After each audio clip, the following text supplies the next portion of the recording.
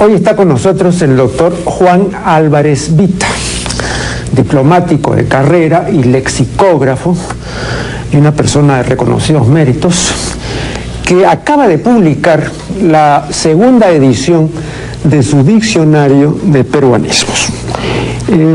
Damos la más cordial bienvenida a nuestro ilustre invitado y a continuación someteré a la consideración de él, ¿no?, algunos de los muchos puntos lexicográficos que luego de haber leído la obra, ¿no?, considero necesitados de aclaración o de ampliación o de rectificación, ¿no?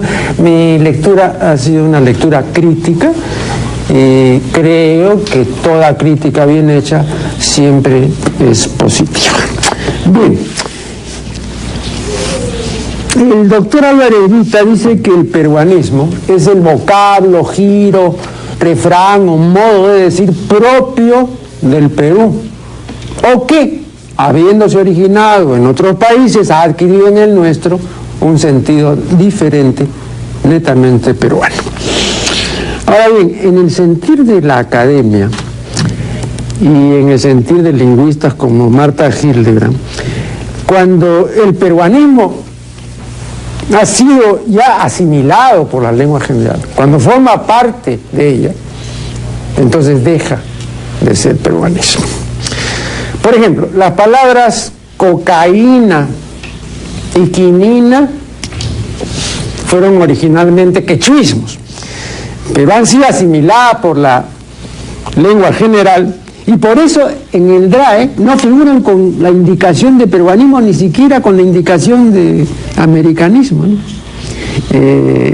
Sin embargo, veo que usted incluye no solamente estas palabras, sino otras, ¿no?, en su diccionario, ¿no? Entonces usted evidentemente pues no comparte en este sentido el criterio de la academia. ¿Por qué?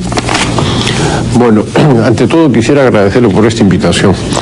Yo lo he visto muchísimas veces por la televisión y cuando estoy en el exterior, como es el caso de ahora que estoy en Indonesia, pues lamento estar alejado un poco de la vida cultural, así que esta invitación para mí es verdaderamente un regalo.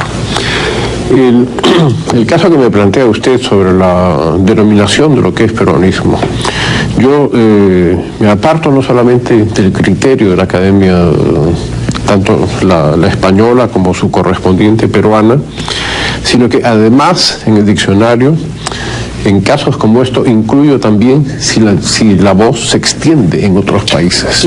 ¿Por qué razón? Porque el diccionario de la Real Academia, el DRAE, no es preciso en sus definiciones ni en las áreas geográficas. Entonces, un poco para enmendar esta situación que yo encuentro caótica, ¿no?, es que he seguido este sistema. No lo he visto utilizado por ningún otro autor. Ahora, yo no comparto el criterio de que, porque el Perú haya hecho un aporte lingüístico a través de una palabra, la palabra deje de ser un peruanismo. Es una voz notoriamente surgida entre nosotros. Lo que es triste, por ejemplo, es que en el colegio siempre se nos enseña que el ave sagrada de los incas es el corequenque, ¿no? Sin embargo, en el diccionario de la Real Academia esa palabra aparece como propia del Ecuador. Entonces uno dice, bueno, está muy bien, se usa en el Ecuador, pero Perú ha sido un poco la madre de los demás países sudamericanos, por lo menos, ¿no? Entonces es en este sentido que... Pero eso ya no sería culpa de la corporación matritense, sino de la academia de aquí, que no corrigió tampoco ni aclaró, ¿no? Bueno, sí, claro, pero lo que pasa es que yo creo que falta comunicación entre los miembros de cada academia y también entre los miembros de las diferentes academias de la lengua. Entonces todavía creo que sigue el centralismo madrileño de que nos hablaba Ricardo Palma, ¿no? No ha habido un ayornamiento. en ese sentido. Ahora, el DRAE es o pretende ser, ¿no?, un diccionario selectivo. Otros, como el de Oxford o el New Standard Dictionary norteamericano, son o pretenden ser diccionarios totales. Por la gran cantidad de vocablos que reúne usted en su diccionario, uno podría pensar que usted ha querido hacer un diccionario total de peruanismos. Pero como hay muchos peruanismos que no figuran en su diccionario, entonces este lexicón, el de usted, está muy lejos de ser total. Ocurre, sin embargo, que tampoco es selectivo, porque contiene una gran cantidad de peruanismos sumamente especializados y técnicos y de uso absolutamente circunscrito, ¿no?, y restricto, y a veces de carácter histórico, ¿no?, como por ejemplo el vocablo catachi, que es el nombre que se daba en Yamellín, en Tarma, en el siglo XVIII, a una estalactita calcárea, no muy apreciada por los efectos curativos que se le atribuían. ¿Quién dice eso ahora, no? Además, este es un término que ya no se dice. Entonces, le pregunto por el carácter esencial de su diccionario, ¿es selectivo o es total? Bueno, es una apreciación sumamente interesante la que está haciendo usted. Yo creo que hay que partir del principio. Aquí hubo el diccionario de Juan de Arona en el siglo XIX. Después, en el siglo XX transcurrió y el único diccionario que salió así como tal fue el mío. Y después no ha habido otro. Esta es la segunda edición que ya corresponde a inicios del siglo XXI. No, pero usted se ha olvidado de las papeletas de Palma. Claro, Palma tiene papeletas lexicográficas que también reúnen una buena cantidad de vocablos. Sí, que han sido recopiladas hace poco. Claro. Sin embargo, nunca fueron editadas como diccionario. No. Ni Palma tuvo ninguna intención de hacer un diccionario. Y la doctora Marta Hildebrand tampoco hizo ningún diccionario. Ahora hay una colaboración suya, muy reciente, que aparece en la página virtual de la Academia Peruana de la Lengua. Esta ha llegado hasta la letra C, si no me equivoco. Pero volviendo al tema que me plantea usted, yo intenté hacer lo más completo posible, consciente de que es a la vez una tarea que no es realizable, porque siempre el caudal cultural, sobre todo en un país con una riqueza como la nuestra, es infinito. Simplemente le respondo por qué incluí palabras que ya no se usan, porque muchas veces, y también cuando he visto traducciones de las obras de, por ejemplo, las de Manuel Asensio Segura, las primeras ediciones tienen vacíos, ¿no?, porque no se conoce cuál es el significado de la palabra. A través de un estudio comparado de la lingüística peruana con la de Bolivia, del castellano que se usa en Piura, he podido encontrar la significación de algunos de los vocablos de Segura. Pero yo lo que pregunto, ¿existe el derecho de guardar en un cajón los datos que se encuentran y que pueden en algún momento ser útiles para hacer una edición completa de las obras de Pardo y Aliaga, de Segura, que forma parte también de la historia literaria, de la personalidad cultural del Perú? ¿Eliminarlas del diccionario o no incluirlas en este caso? Esto ocurre, por ejemplo, era la idea de la Real Academia de la Lengua Española, eliminar las palabras que habían desaparecido. Hoy día, la casi totalidad de lexicógrafos españoles señalan que se deben incluir para satisfacer las consultas de quienes encuentran en un libro antiguo varias palabras, nadie las conoce, entonces se pierde ese bagaje cultural, ¿no? Esta es un poco la razón. El hecho de que haya incluido algunas voces que se usan en algunos pueblos y nada más, Pero eso también lo tiene el diccionario de la Real Academia Española, donde a veces uno encuentra y dice voz propia y tiene usted que buscar en una enciclopedia dónde está ese pequeño pueblito de la provincia de Ávila, ¿no? Y son 300 personas que conocen esa palabra. Entonces yo creo que las academias de la lengua deberían también ponerse de acuerdo sobre los criterios que se deben seguir para hacer un diccionario, ¿no? Vamos a hacer aquí la primera pausa y luego volveremos.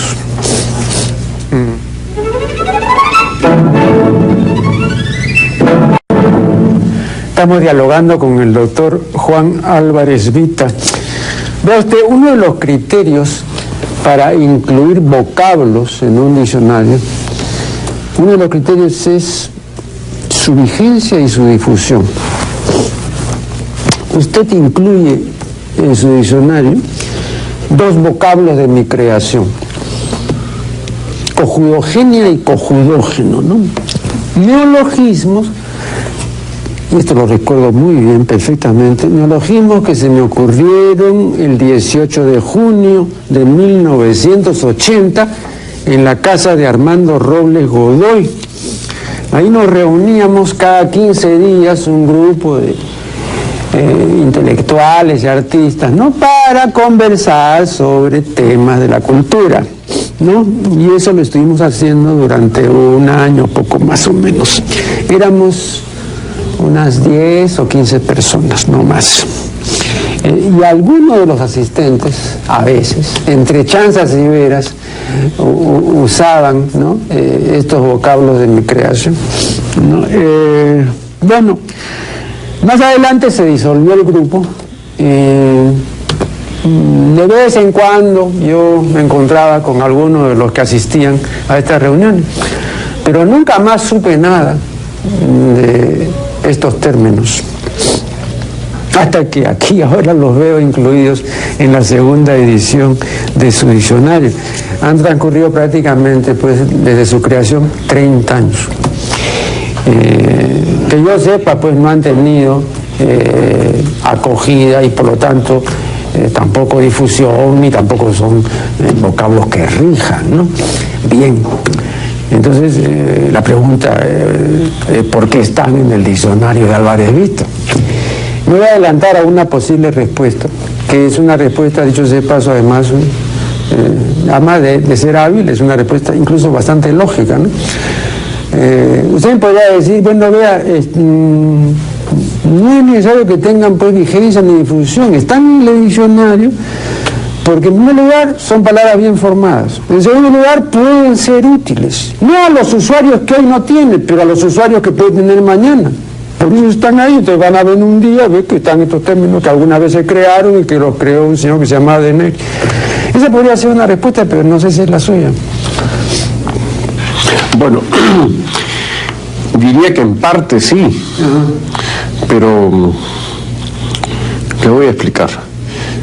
Palabras similares yo he encontrado muchas. O sea, hay peruanos que han creado vocablos para expresar determinados conceptos, pero no coincido en que estén bien formados, tampoco han pasado al caudal de la lengua coloquial ni de la lengua escrita, pero hay 2 autores a los que yo cito: Marco Aurelio de Negri y Francisco Miró Quesada Canto Arias.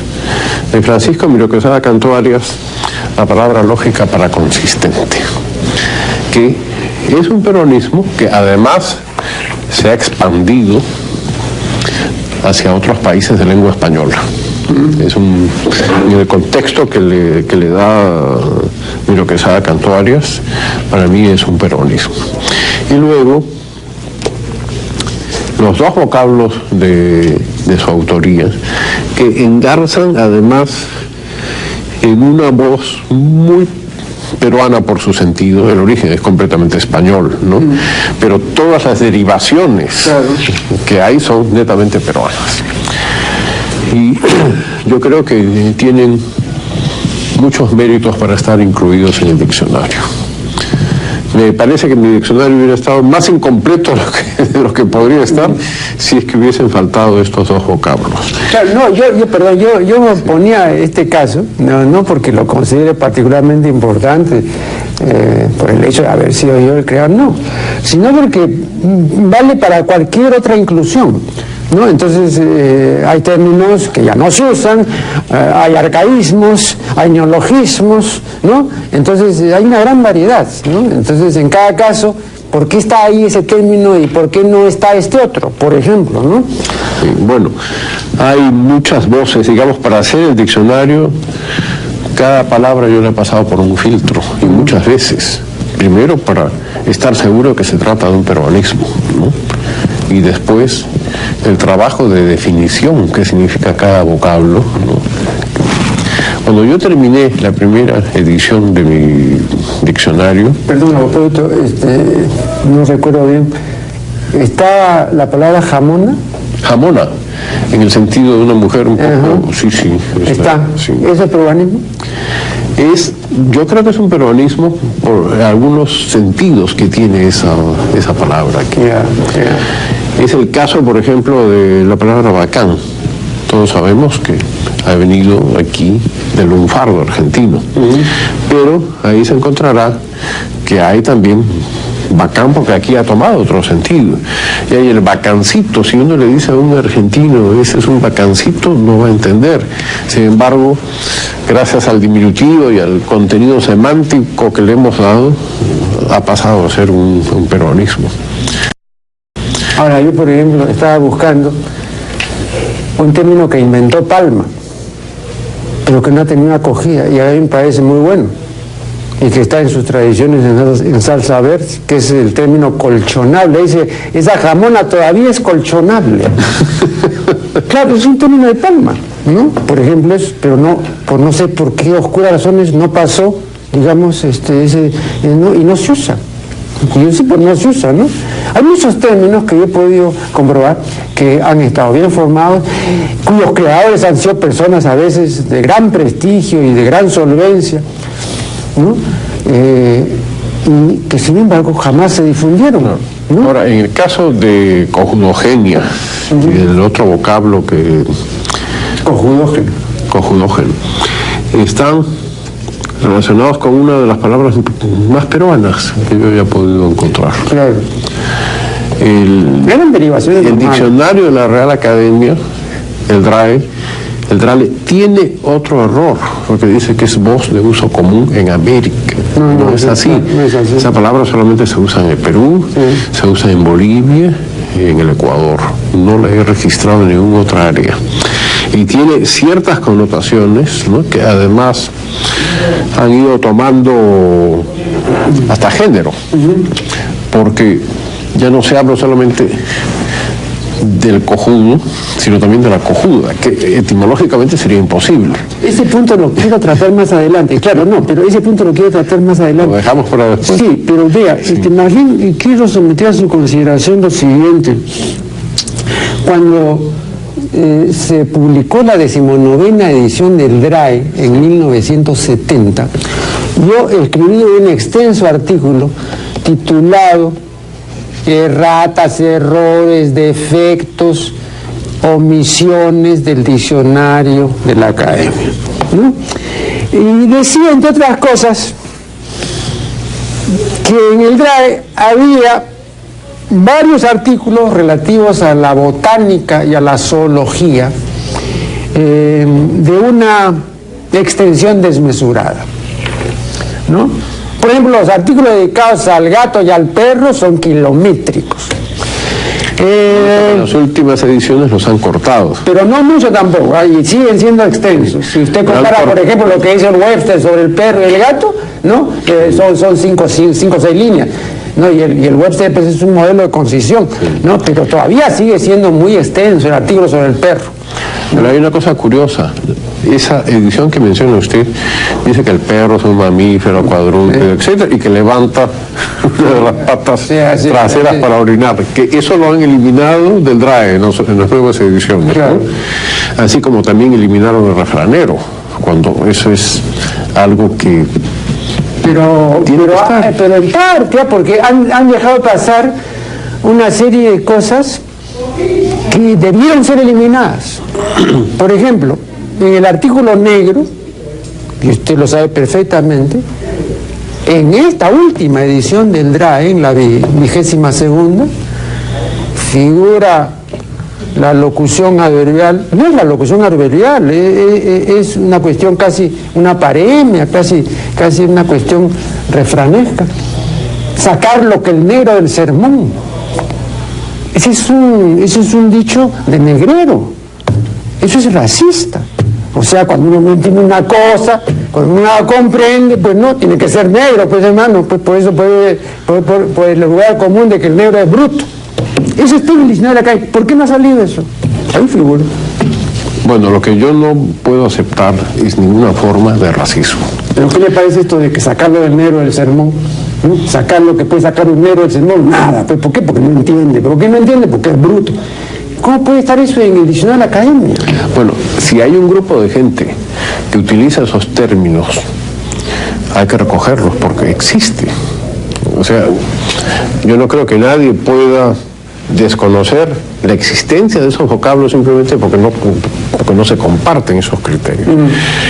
El diccionario contiene una serie de voces que están vinculadas con el racismo, y yo, de los muchos países que conozco, creo que el Perú ocupa un lugar muy especial y muy alto en lo que se refiere al racismo, un racismo muy solapado, muy curioso. En este caso no es solapado, no sacarlo del negro, lo que el negro del sermón no es solapado. Sí. Pero hay muchísimas voces, y no solamente de poblaciones que tienen la piel un poco más clara, más blanca que los negros. Hay también de los negros hacia el blanco, que son bastante duras. También están aquí. Pero yo no me solidarizo con esos términos, pero considero que debo ponerlos porque existen. Y combato el racismo. Me parece un poco incongruente, ¿no? Porque usted, al admitir esos términos y esas frases, está admitiendo algo que facilita, ¿no?, la discriminación y el racismo, ¿no? Aun cuando ustedes digan, bueno, sí, pero se usa, yo no lo he inventado. Bueno, lo que sí he tenido mucho cuidado, porque es una cuestión muy delicada que puede atentar contra la dignidad del ser humano. Yo tengo una pasión por la defensa de lo que es esa dignidad, de lo que son los derechos humanos bien entendidos. Entonces, en cada definición, yo he puesto quiénes son los usuarios. O sea, yo no me solidarizo con eso. Yo no uso esos términos, pero tengo que reconocer que están circulando, ¿no? Circulando, aparecen en la lengua escrita, aparecen y hay incluso términos nuevos vinculados con el racismo peruano, ¿no?, que son verdaderamente lamentables, pero los he incluido ahí. Vamos a hacer aquí un nuevo corte y ya volveremos. Seguimos conversando con el doctor Álvarez Vitt. Entonces yo le mencionaba que en esa edición del DRAE pues había una serie de artículos sumamente extensos, ¿no? El artículo dedicado al eucalipto, al rinoceronte, a la uva, ¿no? Al plátano, eran artículos muy extensos, ¿no? Por ejemplo, al sauce la academia le dedicaba 26 renglones, demasiado, pues el sauce no es tan importante, ¿no? Sin embargo, veo pues que usted incurre en iguales o parejas desmesuras, ¿no? Por ejemplo, los artículos correspondientes a las palabras ceviche, chauchilla, chino, cholo, cintura, en el sentido de tirar cintura, intimpa, macanche, pampa y papa. Todas estas voces y otras más han merecido, a mi juicio, artículos excesivamente largos, ¿no? Ahora, esto puede haberse debido a dos razones. A la gran importancia asignada, ¿no?, a cada una de las cosas, ¿no?, que han motivado estos artículos, y a las muchas informaciones o a las pocas informaciones, según los casos, que usted ha tenido respecto a las cosas que definía, ¿no? Por ejemplo, usted ha tenido bastante información sobre el cóndor de la selva, Entonces le dedica un artículo de 37 renglones.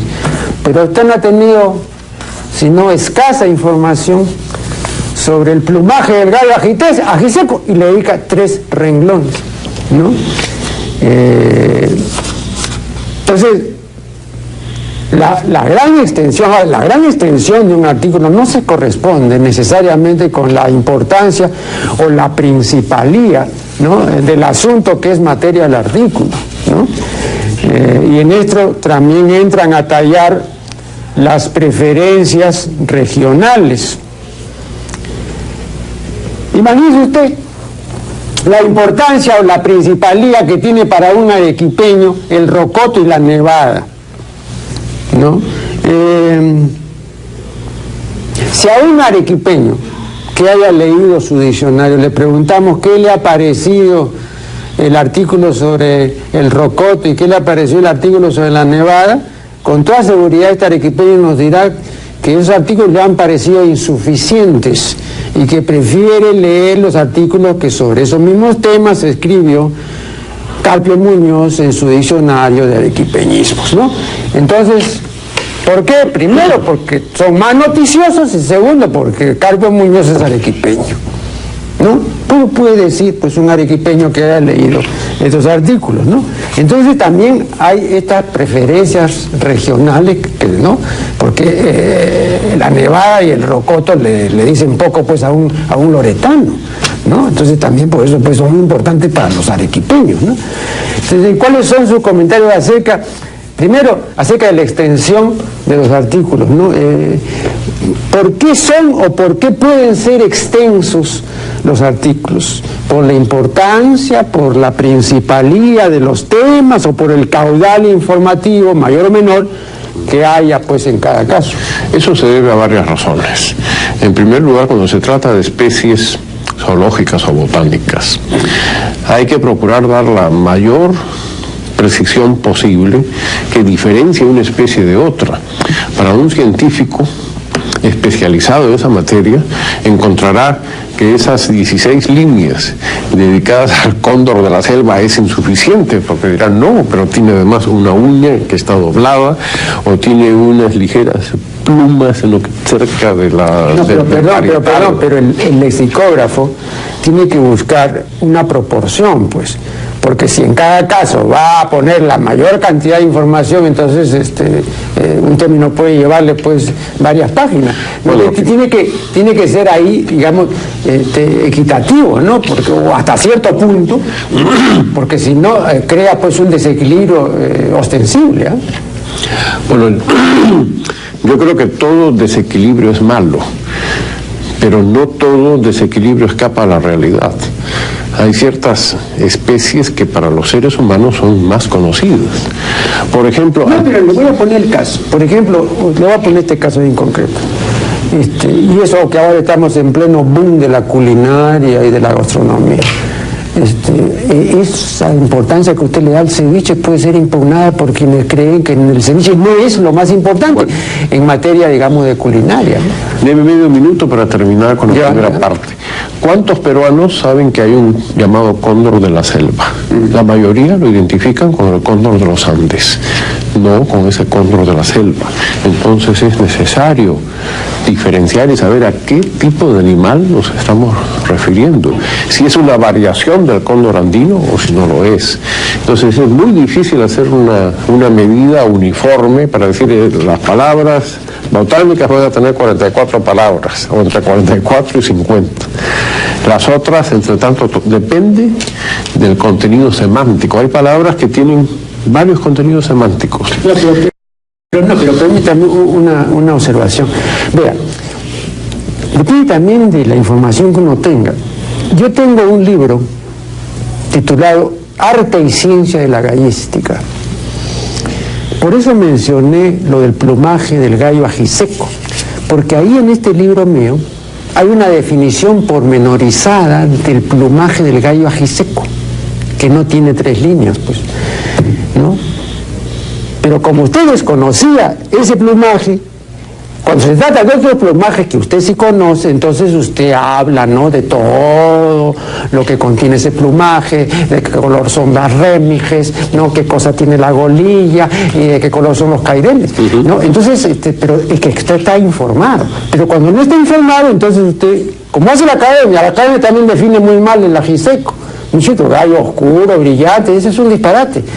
Pero por eso le digo, depende del caudal de información que uno tenga. Pues, si usted tiene una pequeña información, entonces va a resultar una definición de 3 líneas. Yo diría que sí y al mismo tiempo que no. ¿Cómo es eso? Depende del caudal que se tenga. Obviamente, si yo tengo más información sobre un determinado punto, voy a incidir sobre eso. Entonces se va a desequilibrar. Sí, pero al mismo tiempo no es que me vaya desequilibrando, sino que yo le pregunto cuál es el diccionario que no siga esos mismos criterios. Porque uno no puede inventar. Yo no puedo inventarle a un determinado vocablo condiciones que no conozco simplemente porque los datos de que dispongo son muy pequeños, ¿no? En ese sentido coincido con usted, pero si tengo más datos, ahí lo pongo. Lo demás también, un diccionario normalmente es tarea de un equipo. Diccionarios que se hayan hechos por una sola persona son muy raros. Así es. Pero aquí en el Perú, cuando yo entregué la primera edición, dije, lo entrego a la comunidad, para que además la comunidad lingüística lo trabaje y que lo haga. Han pasado 20 años, ¿no? El primero yo lo hice sin el auxilio de la computadora, sino utilizando las fichas tradicionales de cartulina, ¿no? Pero si nadie lo hace, bueno, alguien tiene que hacerlo.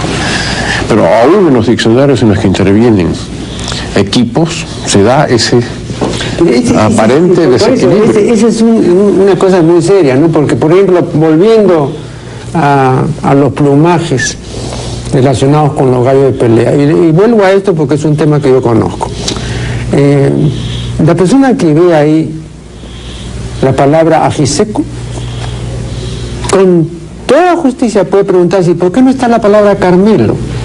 Ni siquiera por el relato valdelomariano, ¿no?, del caballero Carmelo. Entonces, vea usted, si usted me define lo que es el ajiseco, defina también por lo que es el Carmelo. Y si usted define lo que es el Carmelo, entonces tendrá que definir, y viene acá una larga lista de plumajes que se usan aquí, o sea, no son plumajes, digamos, porque eso tiene otra terminología en otros países, pero son plumajes nuestros que habría que definir en cada caso qué cosa es el flor de haba, el gallo manzanilla, el blanco mantequilla, el malatobo, el casilí, el negro venturí. Uy. Pero eso es lo mínimo, porque si usted ha puesto ya al ajiseco, por lo menos ponga 10 más, pues. Entonces se le complica el asunto porque usted tendrá que enterarse de toda la cuestión de gallística, la terminología gallística solamente respecto al plumaje. Y así con respecto a una serie de otros temas. Por ejemplo, veo acá la cuestión de los juegos. Usted incluye varios juegos, pero deja de incluir varios juegos más, ¿no? ¿Por qué? Por falta de información. Yo tengo acá un libro que he traído, por si acaso, si quieres se lo muestro, que es el libro más completo de juegos ahí. Creo que son más de 70 juegos con su respectivo terminología. Sería la locura meter esos juegos en un diccionario. ¿De qué autor es ese? Acá, después se lo... Porque yo tengo una colección sobre juegos peruanos. Ya. Y de ahí también he hecho una selección de aquellos juegos que son realmente peruanos, porque en el Perú, como en todo país, se tiende a pensar que todo es nacional. Usted me ha preguntado varias veces sobre el ceviche y yo todavía no he entrado. Me dice que el ceviche es muy grande, la definición. Sí. Si usted ve lo que la Real Academia de la Lengua dice sobre el ceviche, resultaría insuficiente. Claro. Todos los peruanos diríamos que es. Pero lo que ocurre es que el ceviche no es exclusivamente peruano como lo creemos. Para mí ha sido una sorpresa, por ejemplo, saber que incluso en el sudeste asiático se hace el ceviche. Los ingredientes pueden variar, pero el principio es el mismo. Entonces coincido con la tesis de que es la misma voz ceviche, tiene origen del árabe hispano, ¿no? Y el ceviche se da en muchos países americanos. Entonces, está muy bien el nacionalismo, pero el nacionalismo debe basarse en cosas que son reales. Y en lo que se refiere al ceviche, es que hay muchísimos tipos de ceviches. No, yo eso no lo discuto. Incluso algunos. Está bien, no, yo no lo discuto. Algunos no lo sé. Está bien, yo no lo discuto. El de Cañán, pero si usted entra por el lado, digamos, de un plato, que es un plato pues muy difundido todo entre nosotros y con todas sus variedades, entonces tiene que entrar en relación con otros platos también, donde hay igualmente una gran variedad de todo, porque se le van a sublevar. Usted cita por ejemplo los dulces de Moquegua, sí, pero hay otros dulces. Ahí está Rosario Oliva, que yo también le he entrevistado sobre su excelente libro sobre los dulces, ¿no? de Moquegua, ¿no? Sí, pero podemos hablar de una serie de otros dulces, ¿no? Entonces el asunto ya resulta enciclopédico, ¿no? Perdón, me están pidiendo un nuevo corte y luego retomaremos esta conversación. Estamos dialogando, y esta es ya la recta final, con el doctor Álvarez Vita, el costumbrista español del 800, Mariano José de Larra. Decía lo siguiente: el diccionario de la Academia tiene la misma autoridad que todos los que tienen razón cuando la tienen. Efectivamente, pues, el diccionario de la Academia no es santa palabra, ¿no? Tiene errores, defectos, omisiones, toda obra humana, ¿no? Y otras cosas pues que lo deslustran, ¿no? Sin embargo, como decía Cuervo, aún así es el mejor que tenemos, ¿no? Y no hay que cebarse en él, eso decía don Rufino José.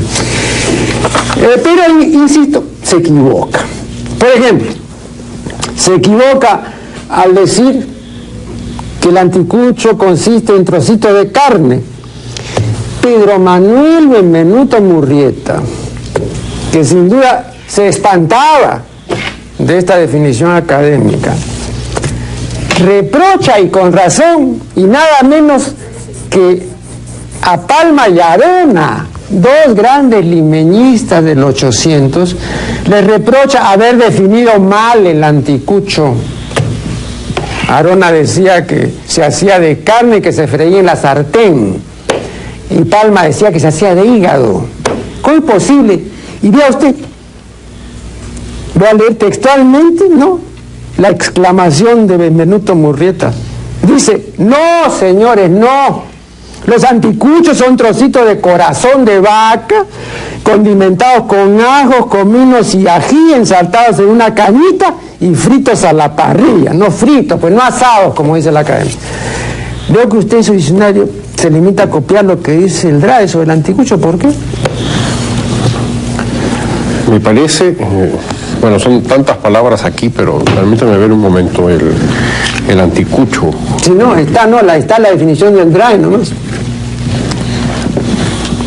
Está la definición del DRAE. El anticucho. Sí. Aquí hay anticucho, Bolivia y Perú. La definición del DRAE. Sí. Y luego aquí hay una nota, no sé si la ha visto usted, ¿qué dice? Que continúa. ¿Qué dice? Que continúa dentro de la entrada de anticucho. Ya, ¿qué dice? Aquí dice: ya en nuestro diccionario de peronismos, edición de 1990, señalamos que esta voz se usa también en el noroeste de la Argentina y en Chile. La voz. Además de la utilización de palitos, se usan varillas de metal o de caña. La técnica del anticucho se utiliza también en países que no se encuentran en el área del español. Hemos visto anticuchos en Filipinas, Grecia, Indonesia, Malasia, Marruecos, Singapur y Turquía. Está bien, pero entonces, vamos y después hay otra entrada de anticucho, que es en peronismo, el antecedente policial de una persona. Ya, pero yo traía a colación esto porque una persona, digamos, a quienes hemos conocido ambos, Benvenuto, ¿no?, pero un profundo conocedor de esto, y él, digamos, decía que no puede decir, pero era anticucho, si no lo han desperuanizado, ¿no? Pues ya lo hacen de otras vísceras, si lo hacen de carne y todo, y eso es otra cosa. Bueno, en este momento hay... También acá hemos visto que hacen de pescado. Hay de pescado, he visto de mariscos, claro, de todo, camarones. Claro, ¿no? pero ya entonces viene después... ¿no? He visto anticuchos vegetarianos también, ¿no? Pero en realidad lo que no se ha llegado a investigar es cuál es el origen de lo que llamamos anticucho, si es prehispánico o vino también con la conquista española. Yo, a raíz de la difusión que he encontrado del anticucho, que la menciona en el diccionario, me parece que es o una coincidencia muy extraña, o también es como el ceviche, que no... Pero dígame, ¿no le parece muy extraño que Arona y que Palma se han equivocado. No me parece esto, porque Benvenuto se agarra la cabeza y dice, pero ¿cómo es posible que estos señores, los grandes limeñistas junto con Fuentes, se han equivocado? Bueno, habría que ver cómo se hacían los anticuchos en esa época.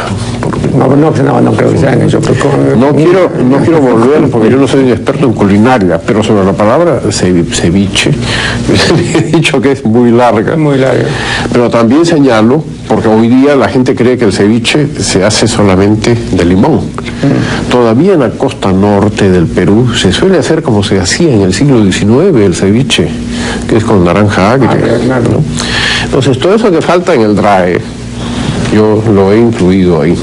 Y también, ¿por qué resulta más grande esa entrada del ceviche? Primero, porque hay refranes y dichos, ¿no? Como están ahí en el diccionario, estar más perdido que huevo en ceviche, porque a nadie se le ocurriría, hasta donde yo conozco, hacer un ceviche con huevo frito encima. Así es.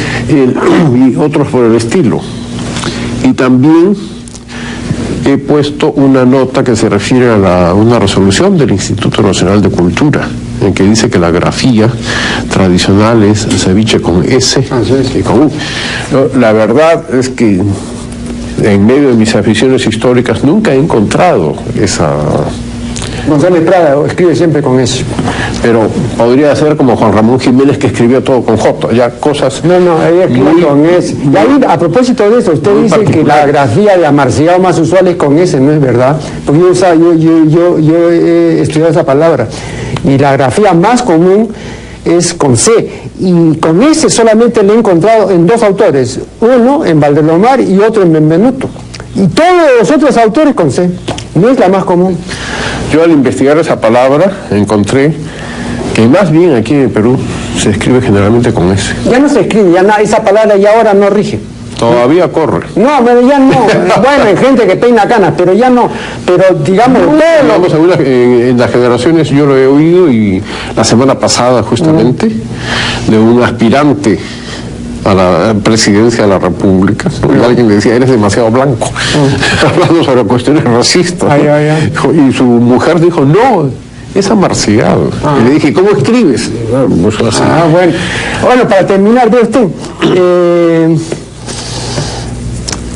las papeletas lexicográficas de Palma, según decía él mismo, eran alrededor de 700, pero bien contadas, y las ha contado Marta, son 550. Los peruanismos de Arona no llegan a 1000, son 970. Los peruanismos de Marta Hildebrand son exactamente 212, ¿no? Pero usted reúne como 10.000 vocablos, ¿no? 10.000 peruanismos. Entonces, claro, con el aumento de la cuantía aumenta la variedad, pero aumenta también el riesgo, evidentemente, ¿no? El lexicógrafo está más expuesto a cometer, pues, equivocaciones y omisiones. Pero usted dirá, el que no arriesga no gana, ¿no es cierto? Y usted se ha arriesgado, y entonces, claro, de resultas de eso, hay que, pues, asumir, ¿no?, las consecuencias de este hecho de haberse arriesgado, ¿no? ¿A qué viene esto? Mira lo siguiente. La academia venía diciendo al definir la palabra cojudo, que cojudo era el animal no castrado. Camilo José Cela, antes de ser académico y después de serlo, no se cansó de decir que, como la palabra cojudo viene del latín coleus, que significa testículo, entonces había que decir que cojudo es el animal macho, no castrado, ¿no?